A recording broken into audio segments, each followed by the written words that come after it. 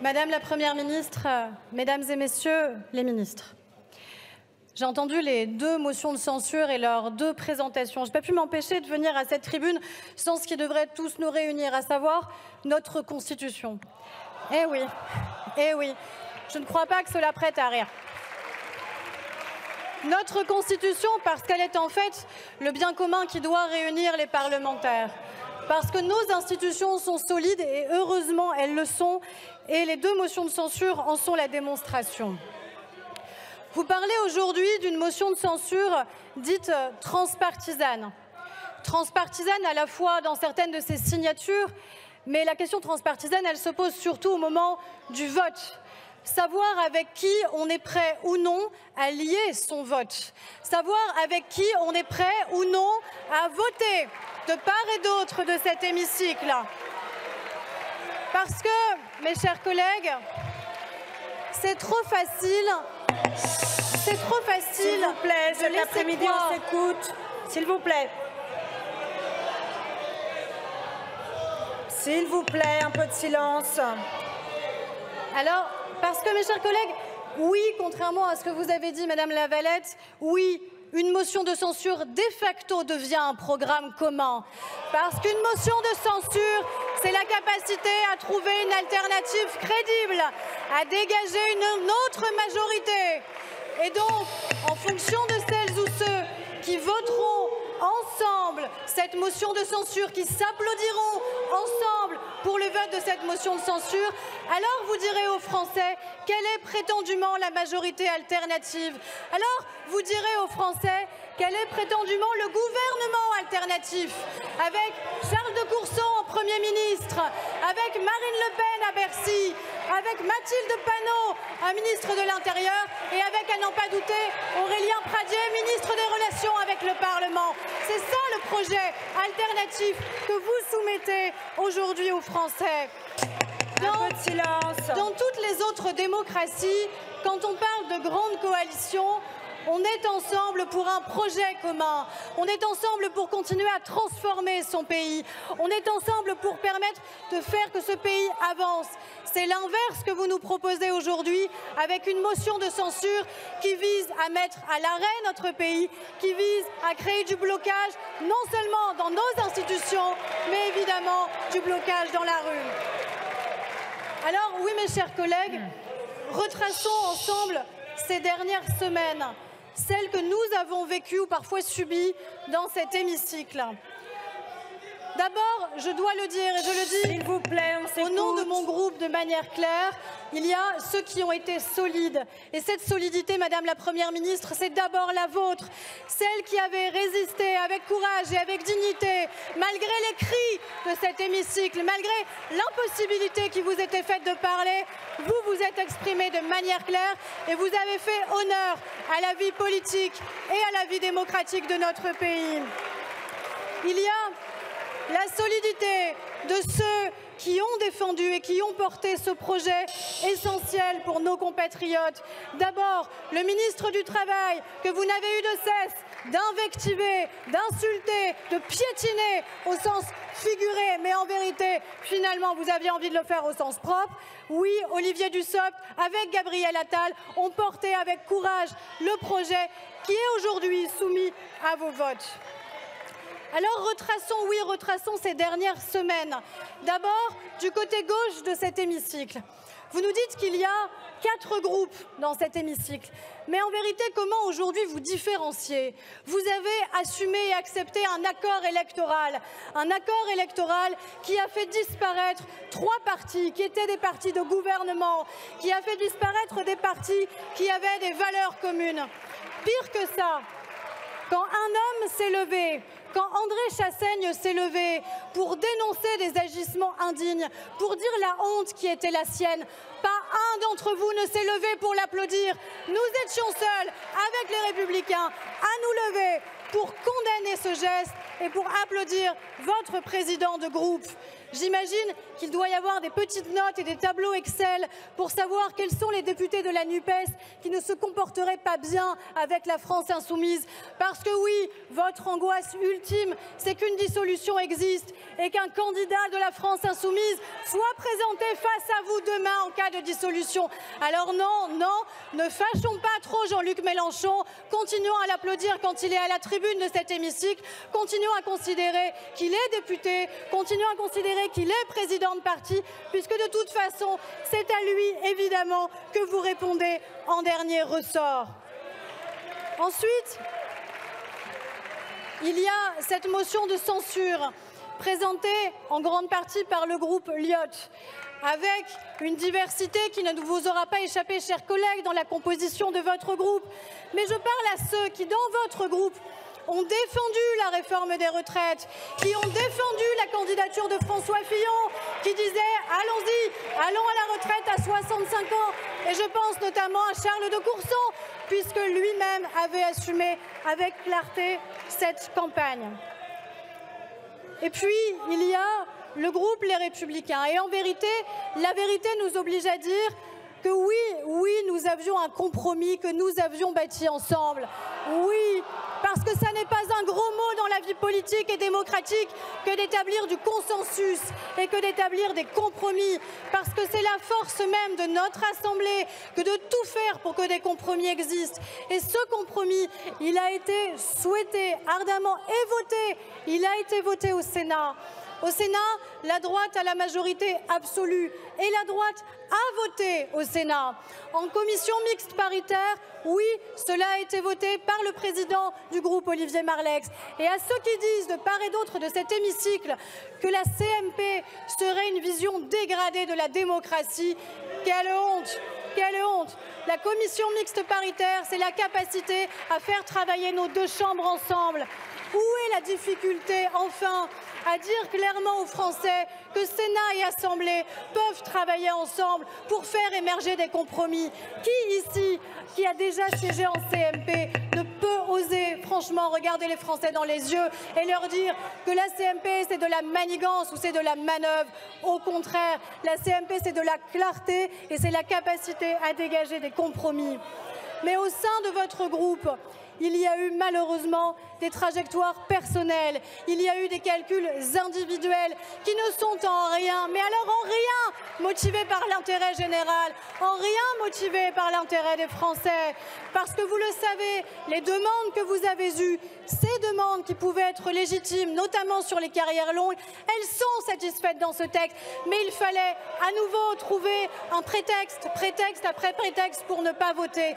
Alors oui, moi je retiens ceux qui, au sein de votre parti, ceux qui, au sein des Républicains, ont assumé au Sénat, ont assumé en commission mixte paritaire et disent aujourd'hui dans les médias, disent aujourd'hui sur le terrain qu'ils assument une réforme nécessaire pour notre pays. Et oui, qu'ils ont honte en effet de voir certains de leur famille politique assumer de voter une motion non seulement transpartisane, mais avec l'extrême droite. J'ai connu un parti politique où en effet il y avait des digues qui étaient claires avec l'extrême droite. Je sais que ces voix sont très minoritaires et j'espère qu'elles le resteront, car oui, nous avons besoin de partis républicains, de partis clairs avec leurs valeurs. Et puis enfin, il y a l'extrême droite. Je sais que vous n'aimez pas ce terme, mais c'est quand même comme ça qu'on continue à vous caractériser, parce que c'est ce que vous êtes au fond de vous, c'est ce que sont vos valeurs. Et finalement, que dire sur le Rassemblement national? En fait, vous, c'est un peu le mime Marceau. Ça gesticule, mais ça parle pas, parce qu'on vous demande de vous taire. Parce que, surtout, il ne faudrait pas prendre le risque qu'un seul député du Rassemblement national s'exprime. Parce que quand vous vous exprimez, ça finit en dérapage. Et on se souvient qui vous êtes. Et l'Assemblée le condamne avec un député qui a été interdit de notre hémicycle pendant 15 jours pour un dérapage grave à l'encontre d'un de nos collègues. Oui, c'est ce qui s'est passé pendant toute cette séquence. Et puis, s'il vous plaît, un peu de silence, on écoute Madame la Présidente Berger. S'il vous plaît. Mais si vous voulez parler, vous savez, chers collègues, Que l'avez-vous fait pendant les 15 jours de débat? Que n'avez-vous pris ce micro pendant les 15 jours de débat? Que n'avez-vous déposé des amendements pendant les 15 jours de débat? Que n'êtes-vous allé en médias pour assumer de porter une contradiction? La vérité, elle est claire. Il y a un chef, une chef, et seule elle a droit à la parole. Les autres doivent d'abord se taire et appuyer sur le bouton ou lever la main quand on leur demande. C'est ça la triste vérité qu'est le Rassemblement national.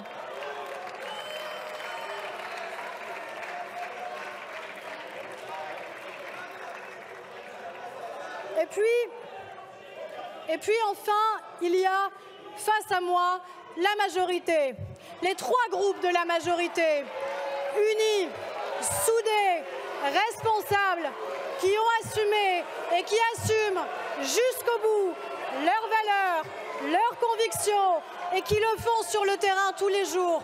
Allez. Oui, nous le savons. Attendez, Madame la Présidente une réforme Berger, des retraites demande toujours du courage. Mais ce courage, la majorité l'a. Et je veux rendre hommage en particulier à notre présidente de commission, Fadila Khattabi, et à Stéphanie Rist, notre rapporteure générale.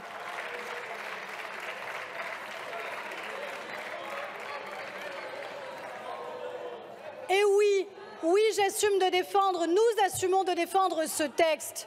Dans les motions de censure encore, nous avons entendu les fausses vérités sur l'état de nos comptes publics. Quel dommage, Charles de Courson, quand justement on a fait toute sa carrière et sa vie politique, 7 mandats parlementaires pour parler de la restauration de nos comptes publics.